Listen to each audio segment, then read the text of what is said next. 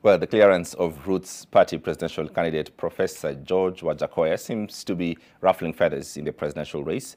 The latest popularity findings from the TIFA research firm conducted in Nairobi have polled Wajackoyah at 7%, coming third after Azimio's Raila Odinga, who was polled at 50%, and Kenya Kwanza's William Ruto, who has been polled at 25%. Pundits argue that Wajackoyah's presence in the presidential race cannot be ignored.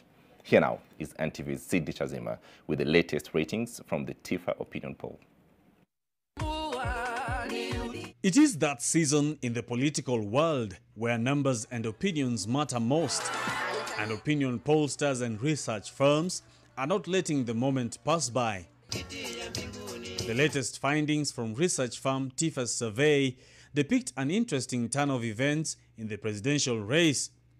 TIFA now reports that Professor George Wajackoyah's popularity is on an upward trajectory. The Roots Party presidential candidate, riding on a reformist debt repayment agenda that targets the legalization of bang for commercial purposes, is polling at 7%. DP William Ruto is second with 25%. Azimio One Kenya's Raila Odinga leads the pack with 50%, while Agano's David Mwaure got 1% of the opinion vote.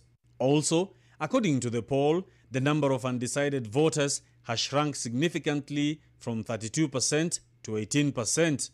On party popularity, George Wajackoyah's Roots Party scales up to 4%, level with Jubilee Party, and ahead of Kalonzo Musyoka's Wiper Party, which is at 3%. DP Ruto's UDA trails ODM at 22%, as the latter leads with 30%.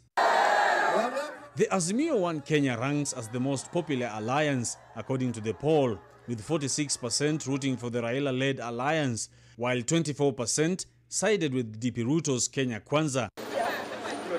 Also evident is the greater popularity of ODM and Azimio among older Nairobians aged 35 and above as compared to UDA and Kenya Kwanza. In the Nairobi gubernatorial race, UDA's Johnson Sakaja leads the fray at 40%, while Jubilee's Polycarp Igathe trails him at 32%.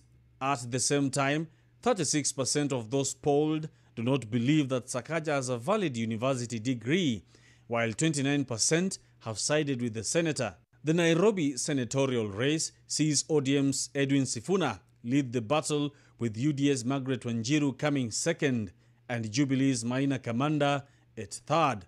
ODM's Esther Passaris leads in the woman rep position, garnering a sizable 32% of the vote, followed by UDA's Millicent Omanga at 19% and none sided with Beatrice Komboka. Meanwhile, Agano Party's David Mwaure is protesting remarks by Wajackoyah over his bang legalization proposal. Mwaure says Wajackoyah's call to Christians to boycott churches is disrespectful. This comes after Nyeri Catholic Bishop Anthony Muheria hit out at Wajackoyah's manifesto, terming it as a door to legalizing of drug abuse.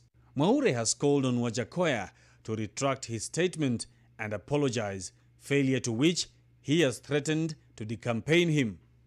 Sydney Chazima, NTV.